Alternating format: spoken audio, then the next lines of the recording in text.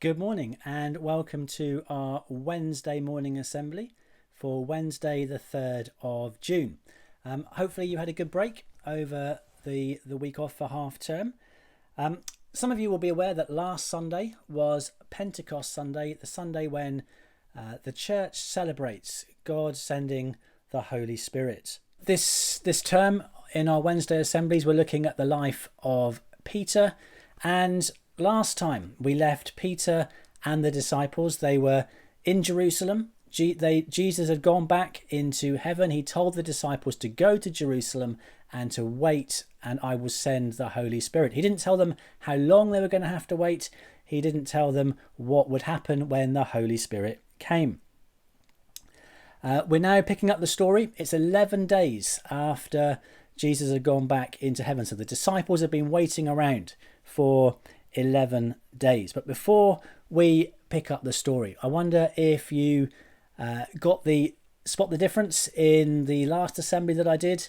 It was, of course, the picture and the card swap place on the bookshelf. And so if you got that, well done.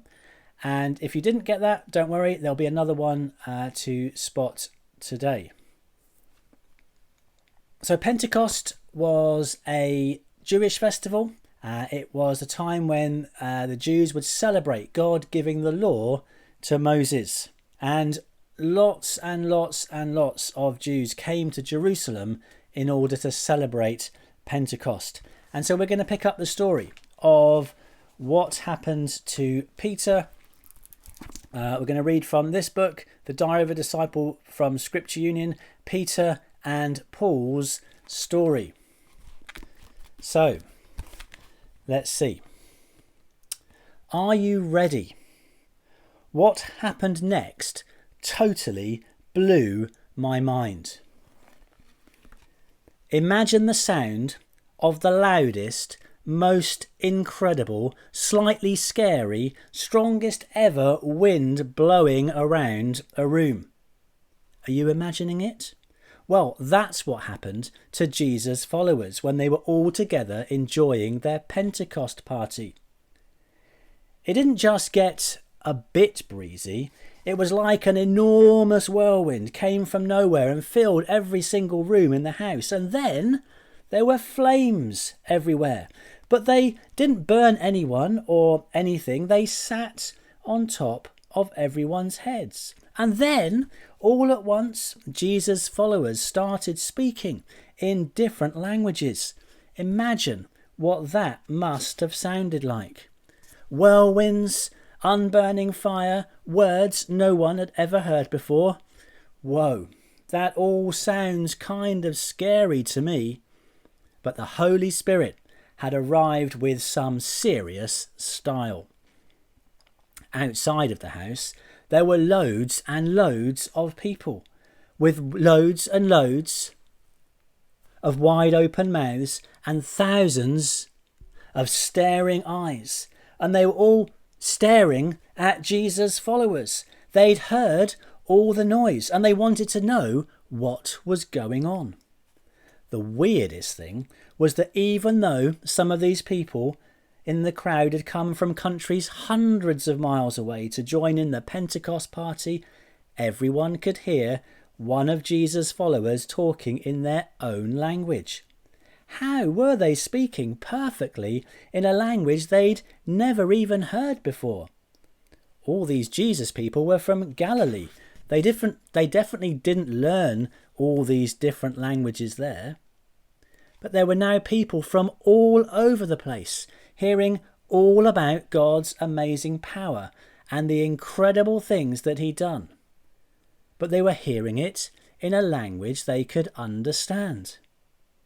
But some of the people in the crowd just laughed. The only way they could explain what was going on was to say that the Jesus followers had obviously had a bit too much wine at their party and they were rather embarrassingly drunk. But Peter knew that they weren't drunk at all. And so Peter got up and said to the crowd, "What you are seeing and hearing didn't come from drinking too much wine, But this is what God said would happen hundreds of years ago, that God, when he told you that a day would come when he'd pour out his Spirit on everyone. So that's what happened on that Pentecost day. And Peter was there. And Peter went on to talk to the crowd. And he went on to say that Jesus was who he claimed to be. Remember that you've seen Jesus do incredible things and you've heard Jesus say incredible things. And you know that Jesus, he'd been executed, but 3 days later, he'd come back to life. And now he's gone back up into heaven. And now what is happening is what God said would happen, that he would send the Holy Spirit. And Peter went on to tell the crowd that it's not too late. You too can decide to follow Jesus. And on that day, about 3,000 people in that big crowd decided that they wanted to follow Jesus.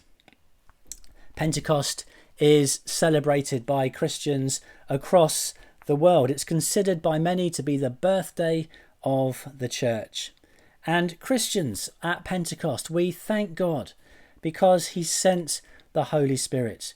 We thank God that because of the Holy Spirit, we can know God with us and that we can experience God's power in our lives. This is, in one sense, just the beginning of Peter's amazing adventures, and we'll see where he goes next week. If you want to pray with me, we're going to do that now. Heavenly Father, we thank you for the gift of the Holy Spirit. Help us today to realise how much you love us. Amen. See you next week.